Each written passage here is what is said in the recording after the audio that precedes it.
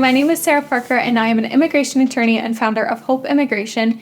And today I'm going to share with you the 6 steps of getting a green card through marriage to a US citizen. So this video is going to be talking specifically about if you are married to a US citizen and you're already living in the US. This process is called adjustment of status. So the first step is for the US citizen spouse to file the I-130 along with the I-130A.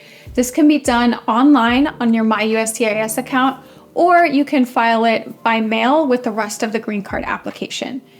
Step 2 is going to be to file the I-485, I-864, and if you'd like, the application for employment authorization as well as advance parole. And with all of these forms, you're going to want to submit supporting documents to go along with them. This is required and there's a lot of things that would be good for you to upload. So I've actually created a checklist that you can download from my website. And if you think that'll be helpful, I'll link it down below so you can go ahead and check it out there. So step 3 is to file the medical exam results. So if you're applying for a green card, you need to have a medical exam conducted by a USCIS authorized doctor. You can find these on their website, and I'll also link it down for you below so you can find a doctor near you. Oftentimes, people will get the medical exam results from their doctor and then go ahead and bring the results with them to the interview. However, I suggest that you actually mail the results in with your I-485 or shortly after. And this is because very recently, USCIS has started waiving some of the interviews for the green card applications. This is great news, but we actually don't know yet why they're waiving some interviews and not others. They have not released that information to us.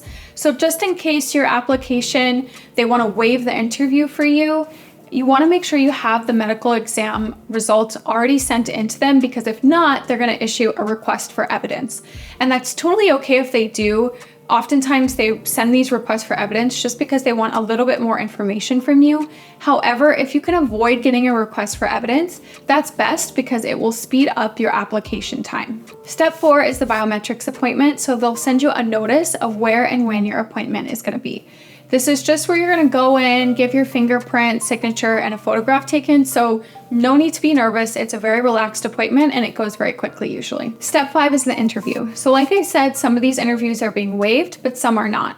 So if you get called in for an interview, this is just where they're going to ask you questions about your relationship and about the information you submitted on your forms. Step 6 is receiving a decision. So if you've been approved for a green card and you've been married for less than 2 years, you're going to get what's called a conditional green card. And that means that it is valid for 2 years, and then within 90 days before it expires, you need to apply for a permanent green card. When you apply for the permanent green card, USCIS is just going to want to double check that your marriage is still legitimate and that you're still with your spouse. If anything happens, if you end up getting a divorce or if they pass away, you will be able to still request that permanent green card with a waiver of the requirement to file together. However, if you've been married for more than 2 years, you will likely get that permanent green card right away. And we say permanent green card, but really it's valid for 10 years. And then if your application was denied, you'll get a notice explaining why it was denied and next steps for how you can appeal that decision if you're able to. So I know this was just a general overview of the green card application process. So if you have any questions,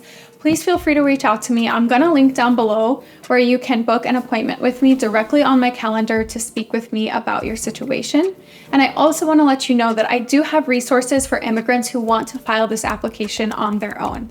Like I said, I have that downloadable checklist for all the evidence you need to submit. And I also have a cover letter template. The cover letter is what you would put on the top of your application along with an index of exhibits. So if you need help formatting that, I have that on my website as well.